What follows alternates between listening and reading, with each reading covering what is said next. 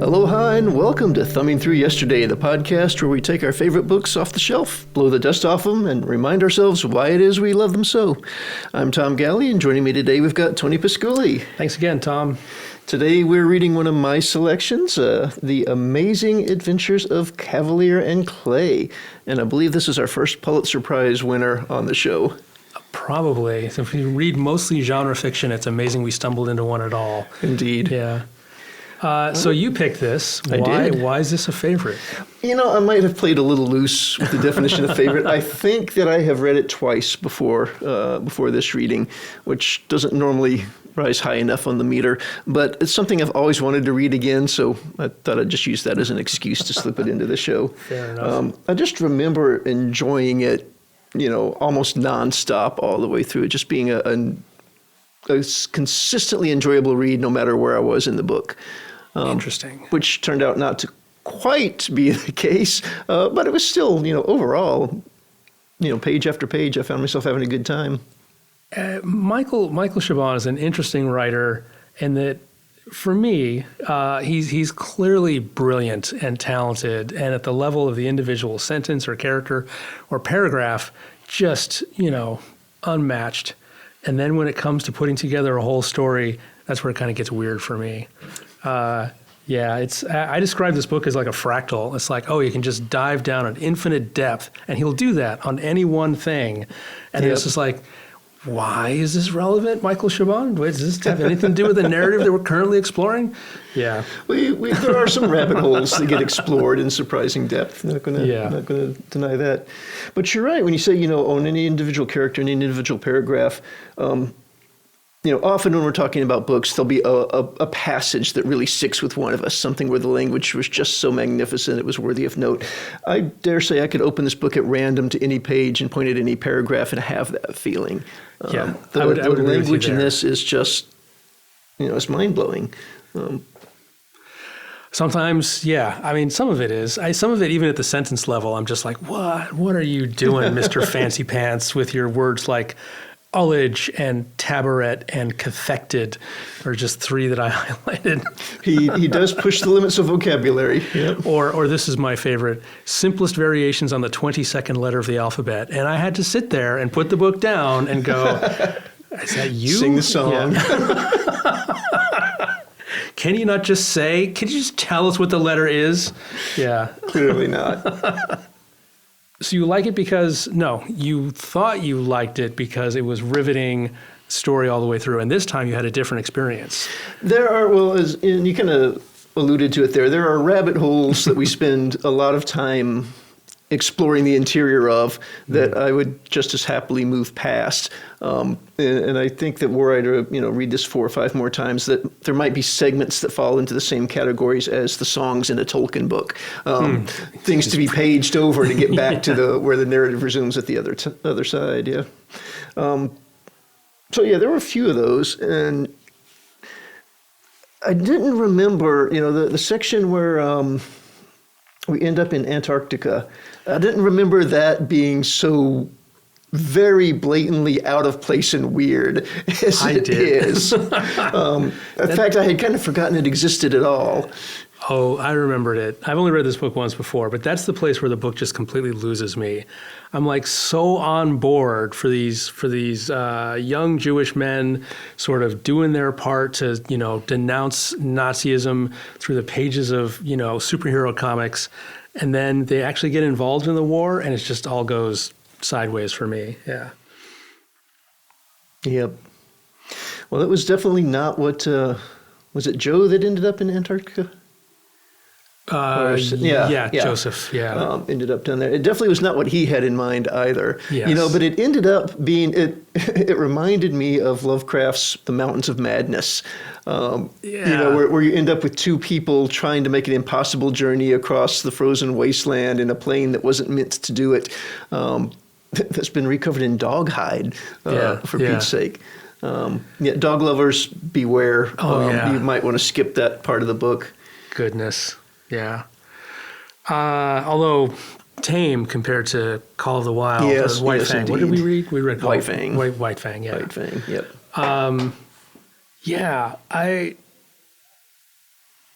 That part of the book was very interesting, and I could see it working as a standalone thing because it's fascinating as a microcosm of the war, of him just being stranded here, hearing an enemy over there. That enemy, meanwhile, is just some dude who got stuck in Antarctica like himself. Mm-hmm. Yeah, I don't know. We don't know what his sympathies are, but he just seems like an average guy. And he's like, I have to kill that man. And he goes and he makes this impossible journey to kill this individual, even though it's outside his orders entirely. He goes rogue to do it. And then when he gets there and the guy doesn't want to kill him, but fires on him because he sent a message saying, I'm coming to kill you. And it's just this very personal, very intense, very sad conflict where, he manages to kill the guy, and he's just like, that was not. It was completely unintentional. Yeah. His intentions at the last moment had changed. Yes. And he's trying to surrender. He's got his arms inside his coat. He's trying to get his gun out so that he can, surrender it so the German knows, and then, the German fires on a scuffle him, and and an accidental discharge worthy of, Hollywood's finest moment.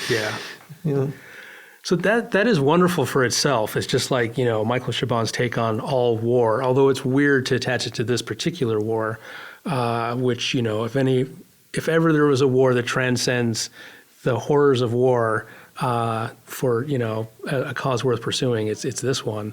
But goodness gracious, it just seems so, like you say, jarring compared to the rest of the book. Yeah, it's almost like he had this story lying around and was determined to use it somewhere, so he was going to shoehorn it into what was already a pretty long read. Well, did you read the endnotes on the book? I'm sure I did. Okay. So there's the endnotes start with, why are you still reading? This book is over.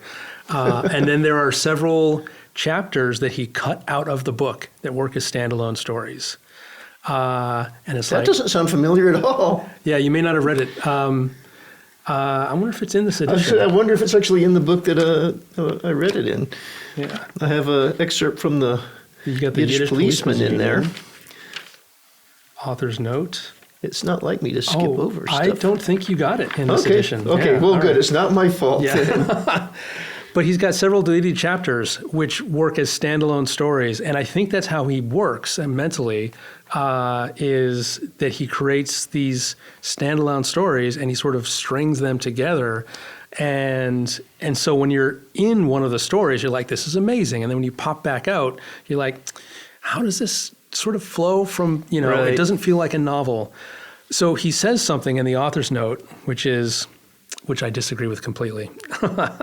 Of all the tricks played by storytellers on their willing victims, the cheapest is the deception known in English as the end. An ending is an arbitrary thing, an act of cowardice or fatigue, an expedient disguised as an aesthetic choice, or worse, a moral commentary on the finitude of life. Endings are as imaginary as the equator or the poles. They draw a line, mark a point that is present nowhere in the creation they purport to reflect and explain. That explains so much to me about his writing. So he would literally be a never-ending story. Exactly, right? yeah. Whereas I'm the opposite. A narrative is defined by its path from the beginning to the end. That's what makes it a story. And that's why this doesn't work as a story for me. Well, I think there are, 6 components in this book? Yeah, six distinct areas, escape artist, a couple of boy geniuses, etc. So, each of those does have something of an overarching narrative, and then they're kind of strung together loosely in that they chronologically follow one another. Yeah. Maybe not so much evolutionarily, but they don't hang together. For me, they don't hang together in a satisfying narrative. And obviously people wiser than me disagree. Won a Pulitzer Prize, but but yeah. The one of the things that I remember striking me somewhere around the time I read the book the first time, either just before or just after, I had coincidentally watched a documentary that had Stan Lee reflecting on his career, and it is almost beat for beat the same story that's told in the first 2 books of Kavalier and Clay here. Interesting. The penniless in New York, squatting in a flat with friends, seizing a moment to miraculously cram out a comic book, being exploited by it's like beat for beat. This is the Stan Lee story almost. Yeah. Although Stan Lee has a cameo in this book, so one does, assumes there's some communication between the two. I assume he draws a lot from Simon and Schuster. Simon and Siegel? Who are the guys that created Superman? Oh, you're asking the wrong guy. Siegel is one of them. I want to say Simon and Schuster, but that's the publisher, so no, it's not that. But two Jewish men who created this superhero, and then were similarly exploited, and then got their name reattached to stuff later on. It's a great, that part of the story is the part that I find most fascinating about this whole book, that whole comic book creation. I love that. I love the character of the escapist. I love... well, the fact that he was able to come up with a Superman who wasn't Superman, I thought was fantastic. And I'm sad to think that the escapist didn't really exist. Yeah. Well, he does now. There have been escapist comics published. Well, of course. Yeah. I can't say posthumously, post-novelistly. Yeah, whatever. Yeah. I also, this is a thing that was funny to me. I didn't realize until just now that escapist works on two levels, that they are literally creating escapist literature. Oh. Yeah. Yeah. You're right. Brilliant. Bravo, sir. Yeah. There's so much overlap with real world stuff too in this that's kind of delightful. The thing with, was it Salvador Dali in the diving suit? Oh yeah. Did you look that up? Is that a real incident? It is an almost real incident. Okay. He did, in fact, appear in public. It was at some sort of art lecture. It was not at a cocktail party. And he did indeed almost die in the suit because he didn't realize he needed something to pump air into it. So there was no mechanism that broke down. He simply sealed himself in this suit and then proceeded to quietly suffocate. And the people who watched him thought his pantomimes were just part of whatever artist's statement he was making. So, and he was indeed saved by an onlooker. Wow, that's amazing. That's an amazing story. Yeah. So there's touches of truth all through this. There's a lot of tragic parallels to reality also, because this takes place in the lead up to World War II and during World War, and Joseph Kavalier loses his entire family in the war. Incrementally, which is just horrible. And so I was actually in Europe while I was reading this book. And while I was in London, I saw a couple plays that touched on the Holocaust. Unintentionally, this is not subject matter that I seek out. It's so grim and so dark, and I was already dealing with it in this book. And it's like, oh, there's a David Tennant play. I'll go see that. Oh, it's about a man who becomes a Nazi. Great. And then there's a Tom Stoppard play, and Tom Stoppard's my favorite playwright. But this is the play about how Tom Stoppard lost his entire family in World War II. It's just like, oh my God. And then I was in Krakow for the weekend, and of course the main attraction there is Auschwitz. Yeah. Well, attraction in Auschwitz should not be in the same sentence. I know. It's like you go, it's like, what's there to do in this town? Well, first on your list should be Auschwitz. And it's like, no. So I didn't go, but I did go see the Schindler Museum from Schindler's List, which has been, the factory's been turned into a museum. So yeah. But yeah, he loses, in one sense, he loses his family initially because they try to get him out. Yes. And unsuccessfully so. He finds himself completely alone but unable to get out of the country despite all of the bribes and the permits and everything. Right? So they have to smuggle him. So that's our first escape. And he gets out crammed into a coffin with the golem. The golem, yeah. Not any golem, the golem, which was apparently kicking around and, still in good enough shape that it could pass as a human corpse. And then I do love the fact that the golem returns to him at the end after having been just beaten around the world, from luggage port to luggage port and trying to chase down this elusive person. And then he writes that 5,000-page epic about the golem. Yeah. Yep. Which is grounds to, continue the book. So I can see what he's talking about not having an ending there, because I kind of wanted to see where that went, They're going to spend his life savings to repurchase the publishing company and come out with a graphic novel about the golem. Yeah. That would have been a story. So it raises the question of why did he stop where he stopped? I mean, he could have stopped later. He could have stopped earlier. Yeah. He does come full circle around to, I mean, there's definitely the escape theme that ties through because Joseph is an escapist. And I think now I don't remember. It's been so long since I read the book. Is Joseph the first character or is Sammy the first character? Do we start with we start with Sammy. We start with Sammy, yeah, okay. And his weird cousin from Prague is coming, yeah. Okay. Sammy's mom is quite a character. Yeah, she is. Just so unflinching. Move over. Bah, your cousin is coming. What? Yep. And here you are sharing a bed. Yeah. Yeah, that's right. And then we dive into the cousin's backstory, which is his learning to become an escape artist under, who's it, Kornblum, Kornblum, yeah. Kornblum, yeah. And his first failed attempt where he just commits so hard to the bit. He's like, I'm gonna throw myself into this river, and he nearly dies doing it. Yeah. Yep.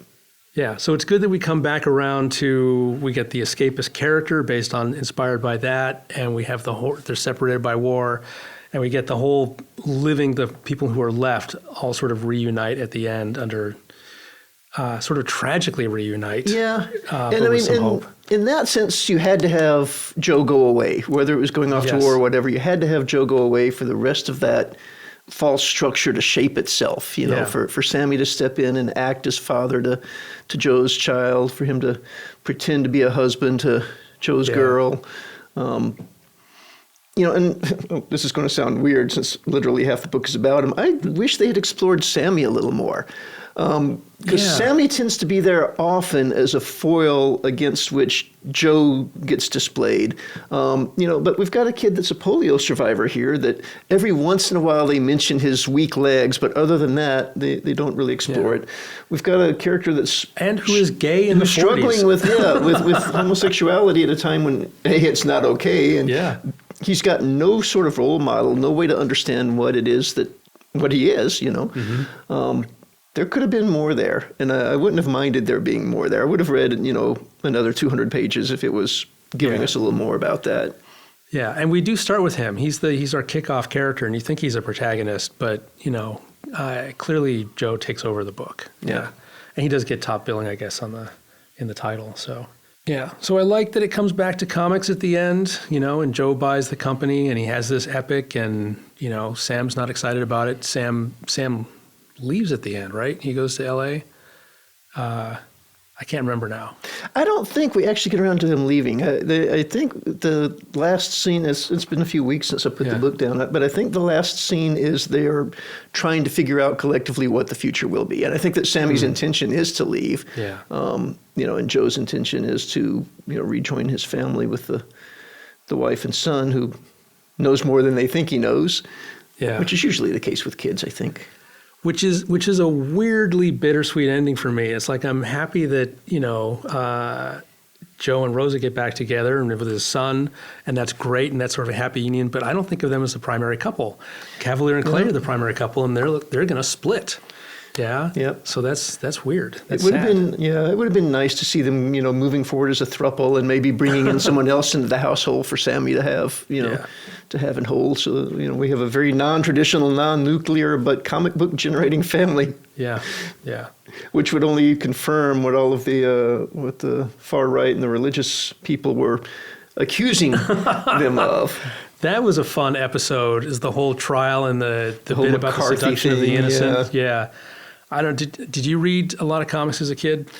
I was not a huge comic follower. I had a small collection of like 20 or 30, and I would buy one from time to time, but I never really dove into them, which has come back to haunt me in my adult life now.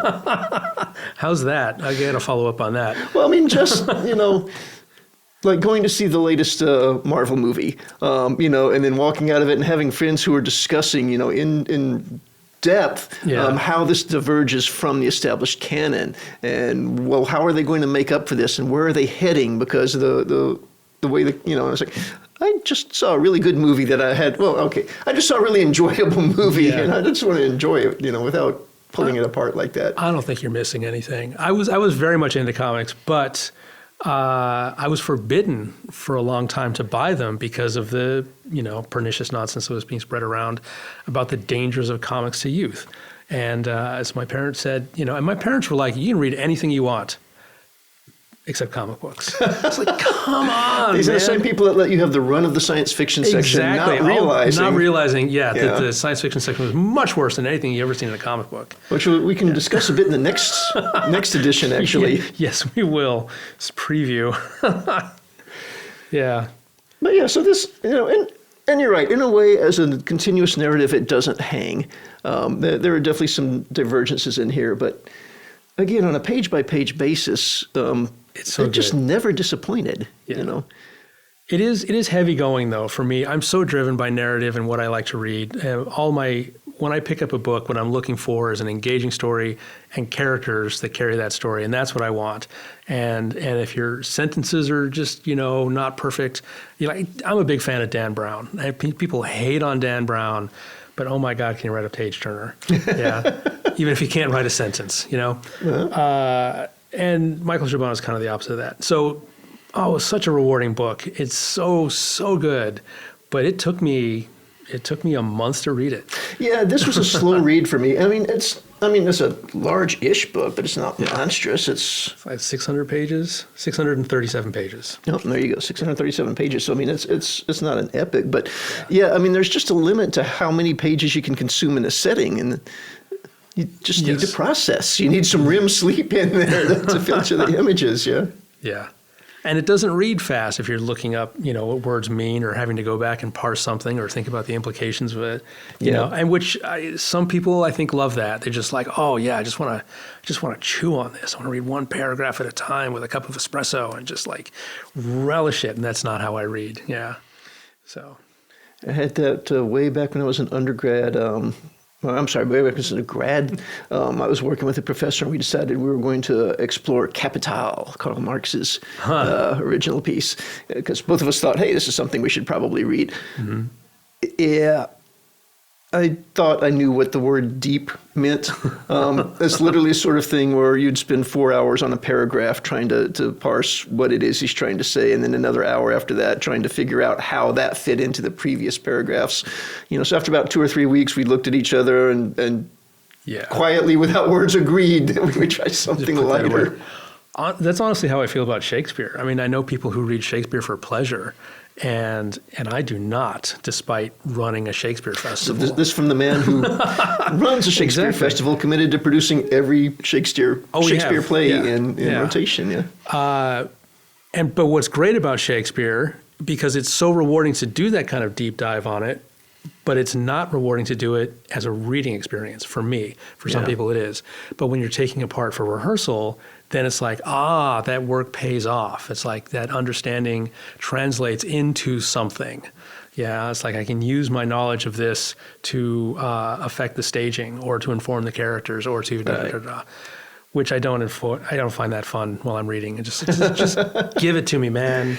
Yeah. Well, generally speaking, I really enjoy reading a physical book, but this is one of the things that I kind of wish I had picked up the Kindle for, in part because of the vocabulary, and in part because of the ability to take notes as I move through it.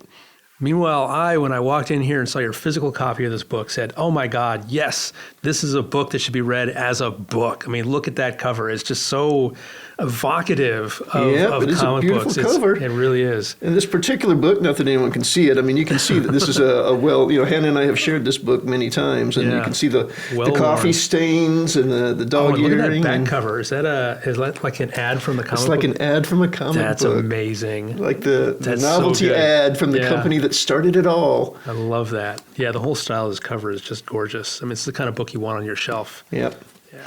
So you hear it, readers. If you're looking to read this, maybe you should pick up the hard copy, but keep a dictionary close at hand. Yeah, definitely. An unabridged dictionary close at hand. There's some really out of the way words in here. Yeah, the Oxford English Dictionary may be close at hand because, wow, yeah. What were those that you highlighted again? Ullage was one, and I can't even remember what it is now. That was my follow-up question. That's kind of a cheat though, because the context of this is someone was dreaming and in her dreams, a puzzling lexicon that included, quote, words such as grampus, ullage, parbuckle, and some entirely fictitious words such as lubin and salactor. Okay, so that was not actually slipped into the context of a sentence with expectation you would understand it. Yeah. But tabaret was, and a tabaret is a low stool or table. A tabaret. And cathected, which I think is a word I've heard before. The cream of cathected young Prague, which doesn't show up in my dictionary. So. We're Googling. Yeah. Cathect. To focus one's emotional energies on someone or something. Okay. There we go. Great. And now we have to struggle to say, okay, how does that fit in there? Yeah. All right. So, maybe we'll actually dock a couple of points for the for the esoteric words there. If you're reading Chabon, that just comes with the territory. You just gotta. That's how we write. Have you read Yiddish Policeman's Ball? I thought that I had, but looking through the sample chapter included in this book, it was completely unfamiliar. So I'm guessing I have not. It's a weird little mystery. If you like this, you might like that, although it doesn't deal with the comic book stuff at all. It is kind of science fiction. It takes place in an alternate sort of timeline thing. It's shorter. It's quite a bit shorter than this. I think it's his shortest novel. But it is, if anything, even more dense and rich with vocabulary. So if you enjoy that experience, that's where you should go next. I'll have to see what I can do about getting a bedside dictionary or maybe I could just use a Kindle or a phone as a dictionary. That's not a bad idea. Yeah. Because holding a dictionary in bed is no. Yeah, an awkward experience. Yeah. There was something. Oh yeah, I wanted to, when we were talking briefly about the persecution of the comic book industry. Mm-hmm. But that's really the moment when Sammy gets outed, as being a homosexual, and even to himself. Mm-hmm. Whatever the series of questions and accusations are made, which we don't get to hear, right? But we get to see him wandering out of the courtroom dazed. And, we were privy to his inner reflections later. He gets ambushed in such a way that not only, are they castigating the industry, but they're forcing him to face truths about himself that he was not prepared to face. Yeah. And that really just struck me as sad. I mean, it's sad that, a person could find no acceptance for something like that, which, 1940, this is the way of it. But to be in a courtroom, in a public courtroom, to have it thrown in your face like that, to have that moment of self-realization while you are testifying, how soul-crushing. Yeah, it's interesting. What I took away from that, which is interesting, is that I felt like there was an understanding that people knew about him, but it was just kind of like an unspoken thing. It's like, we know, but we don't talk about it. And so in a sense, he was out, but he wasn't publicly out. But there's such a huge gulf between your intimate circle knowing and the world knowing and labeling you, especially labeling you scornfully. Yeah. Well, I don't know. I mean, yes, those closest to him probably understood. Yeah. I don't think he did. Despite the interactions he had with Bacon. Bacon, yeah. How could I forget the name Bacon? But I don't. After Bacon left, or after he didn't go with Bacon, which again another sad moment there. Yeah. I don't know. I just didn't feel like he had ever made peace with himself. And then suddenly he's forced to confront this thing in quite conceivably the worst way possible, publicly in front of television cameras, on trial in a courtroom. Yes. Yeah. Yeah. How awful to be on trial for something that you haven't sort of resolved for yourself. Yeah. Yeah. Because if you know, then you can stand up and say, yes, f*** you. But, sorry, listeners. And if you know the opposite, then you can go, no, you're wrong. But to be sort of indeterminate about the thing and be accused of it, it's just like, you can't defend yourself, but you can't embrace it either. Very unpleasant. Just a one of many heartrending moments in there. Yeah. But we get this one from someone. We get several of those from Joe. Poor Joe. Yeah. How does he have any heart left? I highlighted something for just sort of, this is late in the book, like about 100 pages from the end, and it just sort of sums up Joe's experience so far. Having lost his mother father, brother, and grandfather, the friends and foes of his youth, his beloved teacher, Bernard Kornblum, his city, his history, his home, the usual charge leveled against comic books that they offered merely an easy escape from reality seemed to Joe actually to be a powerful argument on their behalf. Yeah, I love that line. Yeah, but just to sum up all of his loss as a preface to that thing about comic books, it's like, yeah, he's lost everything. Yep. Yeah. And after so much effort, Yeah. after so much energy and rage and dedication, poured into trying to save just one of them. Yes, I know. Oh, losing his brother, that's the most heartbreaking thing for me. Yep. Yeah. But I also love there's a line where they say, he jumped ship when he's supposed to be. They find him in the Antarctic. They bring him back, nurse him back to health, and they're going to bring him home, but he jumped ship. And it's like, why would he do that? I mean, he survived the war, and now he can go home. He has no home. He has no home. He has no family to return and Rosa, that. Yeah. Does he, though? He doesn't know that. He abandoned them. He walked out on them. That's true. He did walk out of them. And again, I don't think he ever processed what Rose or what he meant to Rosa. Yeah. Yeah. I don't think she processed what he meant to her until it was too late. There's a lot of that going on in this. There is. Yeah. It was a tough time. It was a tough time. We are lucky to have missed it. Yeah. I agree. All right. Anything else? I don't nothing know. else. I'm good. Okay. I mean, for almost 700 pages of densely written novel, it seems like we should go into something. I don't know, though. I mean, without just diving in on a chapter by chapter or something basis, I enjoyed reading it. As did I. My recollections of it weren't quite accurate in places, but that's fine. That's part of why we revisit these things, right? So if anyone out there was debating picking up a copy of this, do it. Absolutely read it. 2 thumbs up. All right. So what have we got coming up next? Coming up next, we have one of my favorite books by one of my favorite authors, Titan by John Varley, the possibly greatest science fiction epic which has never been made into a movie.